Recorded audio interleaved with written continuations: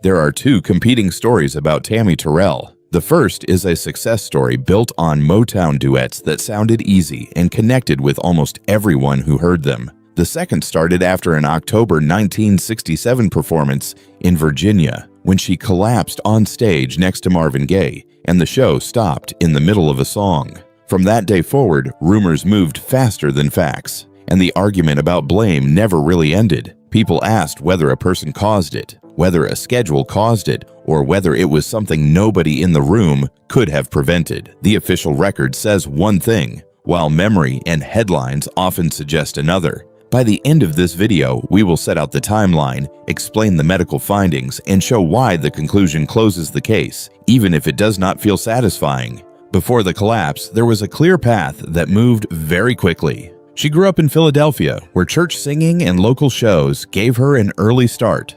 As a teenager, she recorded singles and learned how to work with live bands. She spent time in James Brown's Revue, which demanded strict timing, strong stage presence, and a reliable work ethic. Those years taught her how to handle long nights, short turnarounds, and rooms that shifted from calm to loud in a minute. In 1965, she signed with Motown, which had a production system that moved faster than most labels. The company paired writers, musicians, and singers in combinations that could be tested quickly. When a match worked, the label pushed it forward without delay. The pairing with Marvin Gaye worked immediately. His delivery was smooth and relaxed, and hers was clear and agile, which made the blend easy to recognize. The material fits them. Radio stations added the singles to heavy rotation. The records are charted and kept charting. Tours followed and grew in size. The public embraced the duo and treated the songs like part of daily life. That kind of response creates momentum that is hard to slow down, especially for young artists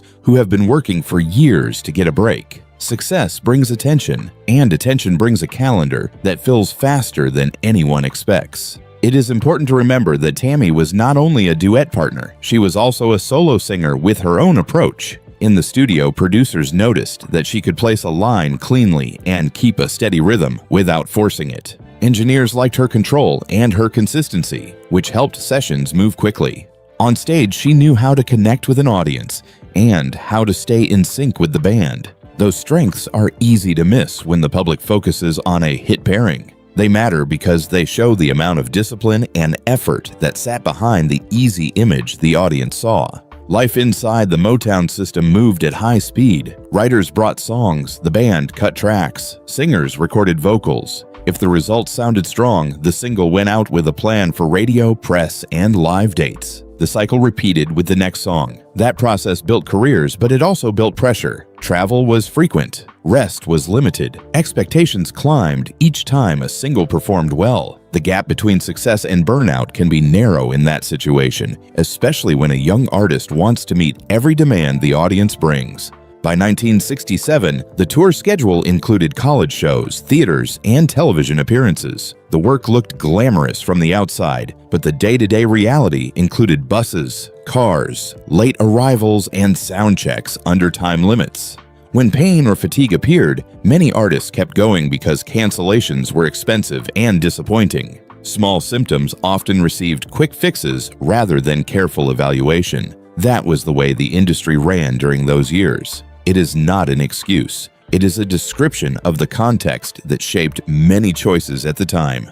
Tammi began to experience headaches and dizzy spells. People close to her saw days that started well and then turned without warning. She still made shows and still recorded because the calendar did not stop. On October 14, 1967, she and Marvin Gaye performed at Hampton-Sydney College in Virginia. During the set, she suddenly went down. Musicians stopped playing. Crew members rushed in. The audience fell silent. An ambulance took her from the venue. The incident changed the conversation around her career and turned a private health concern into a public story. Hospitals do not respond to rumors. They respond to symptoms and test results. Doctors evaluated her, reviewed her history, and ordered imaging based on the information available at that time. The diagnosis was a malignant brain tumor. That diagnosis explained the headaches, the fainting, and the sudden loss of strength. It also set a new course for her life and for the people around her. Treatment would not be simple. Options in the late 1960s were limited compared with modern standards. Surgery could reduce immediate danger, but long-term control was uncertain.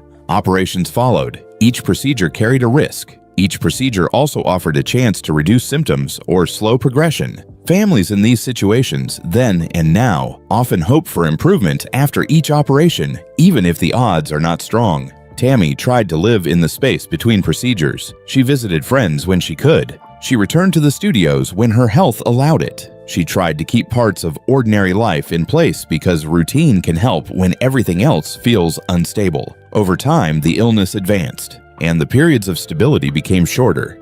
The music business around her did not stop, because a schedule rarely stops for one person. Labels need release dates. Promoters need shows to proceed. Radio wants new material. This is not a moral defense. It is a structural fact about how the system worked. People close to Tammi say she still wanted to sing and still wanted to record with Marvin when that was possible. Wanting to work is not unusual for a performer. Work is part of identity, and stepping away can feel like losing ground that will be hard to recover. That tension between health and momentum is present in many careers, and it was present here. Through 1968 and 1969, the pattern repeated: medical care, partial recovery, and then another downturn. Her weight dropped. Her hair thinned. Her vision became unreliable. A wheelchair became necessary for mobility. That change affected daily life and the image that the public had carried, which added another layer of strain to an already difficult situation. In January 1970, doctors attempted another operation. After that procedure, she entered a coma. On March 16, 1970, she died at a hospital in Philadelphia. She was 24 years old. The numbers look simple on paper. They do not reflect the effort, hope, and fear that filled those months. The funeral took place in her home city. Family and friends attended, including Marvin Gaye, who had shared songs, tours, and many private moments across those years. He spoke at the service. People who were there described a room that moved between silence and tears as the reality settled in. The industry kept working because industries always do, but for the people who knew her, the loss did not fade. Writers later connected that period to changes in Marvin Gaye's work. It is difficult to measure grief in musical output with precision, yet anyone who follows his later projects can hear a different kind of weight. If the story ended with a diagnosis and a funeral, the public argument might have ended as well. It did not, because other factors continued to influence how people viewed the case. Before the collapse, Tammi had been in relationships that were turbulent and, according to several accounts, harmful. Friends and colleagues described incidents that left injuries and fear. Names appear in many retellings, and those names carry emotion for people who watch those years up close. When a young life ends, people search for a direct cause that involves a choice, a person, or a decision that can be judged. That search often grows louder than the medical record, especially when the medical cause is complex and unsatisfying. It is necessary to separate the two questions that often get mixed together. One question asks whether she experienced violence and control in parts of her personal life. Evidence and testimony from people who were close to her support that claim, and it deserves to be taken seriously. The other question asks what ended her life. The medical record points to a malignant brain tumor that progressed despite surgeries. Those are different questions. They can both be true in their own areas. Keeping them separate is not a way to dismiss pain. It is a way to be accurate about cause and effect. People ask whether harm could have caused the tumor. Medical research describes many risks related to trauma and stress, but a direct cause in an individual case is almost impossible to assign without clear evidence. In this case, the diagnosis is clear, and the timeline matches the symptoms and the decline. Headaches and fainting led to testing. Testing led to the identification of a malignant growth. Surgeries attempted to slow or remove it. After several procedures, she entered a coma and died. That sequence is consistent with many similar cases from that era. It does not require a hidden attacker or a staged event.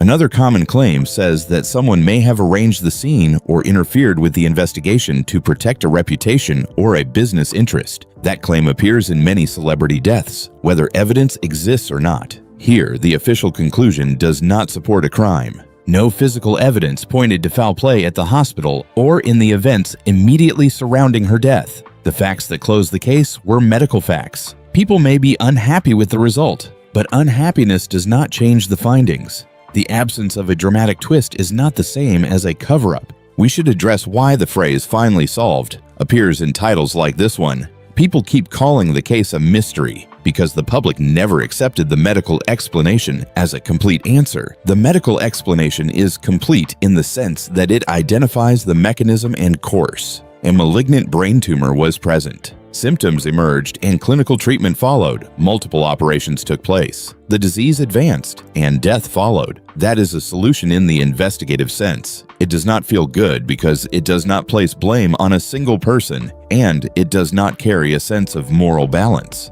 It still resolves the question of what happened inside her body. There are other questions worth asking that do not change the cause of death, but can change how we protect people in similar circumstances. Could earlier evaluation have helped? Possibly. Could a slower schedule have reduced risk? Possibly. Could the people around her have insisted on longer breaks? Possibly. None of those possibilities rewrote the record in 1970. They do create a path for better decisions today. When we talk about lessons, we should focus on practices that reduce harm rather than on rumors that increase noise.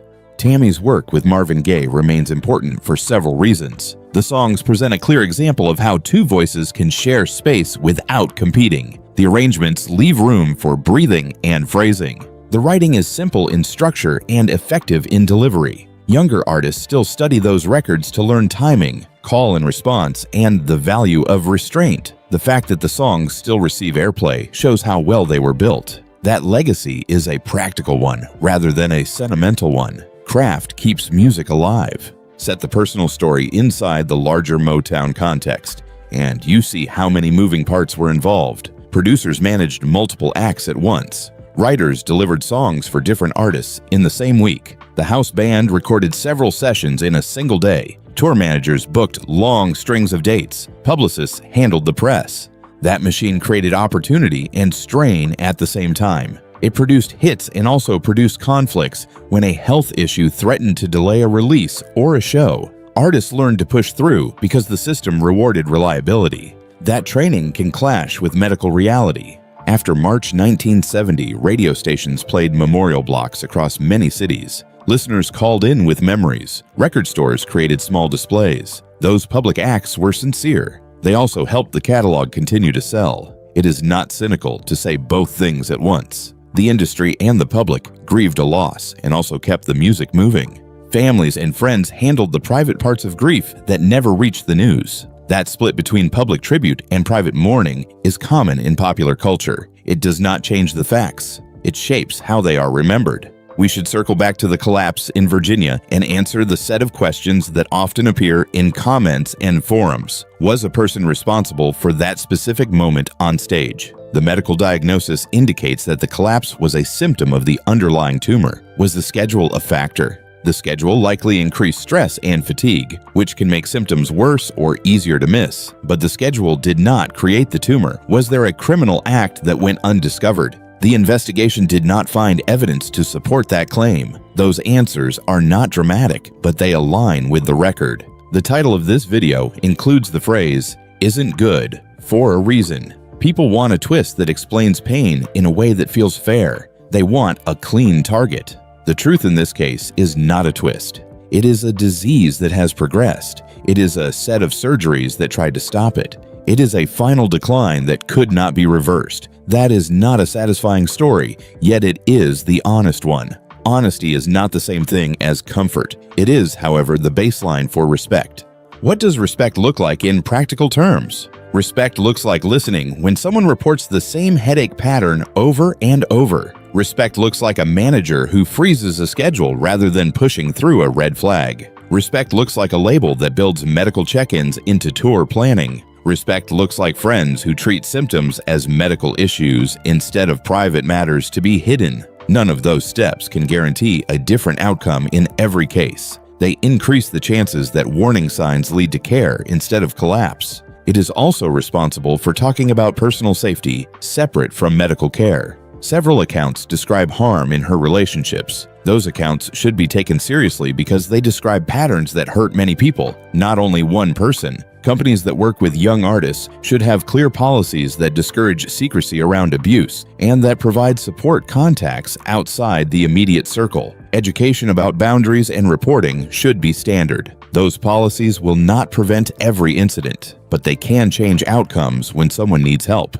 At this point, we have the parts that matter laid out in order: early life and rapid rise, the partnership with Marvin Gaye and the way the records hit, a demanding schedule that increased strain, headaches and fainting that did not go away, a collapse on October 14, 1967, a medical diagnosis of a malignant brain tumor, multiple surgeries across the next years, a final operation in January 1970, a coma that followed, death on March 16, 1970, in Philadelphia, a funeral with family, friends, and colleagues, including Marvin Gaye, an official conclusion that did not include foul play, ongoing rumors that do not match the medical and investigative record, a legacy that still stands because the work was strong. If someone asks what the mystery is, the honest answer is that the mystery exists mainly in how people feel, not in what the documents show. The documents outline a disease process and a clear result. Feelings want a narrative with a single villain.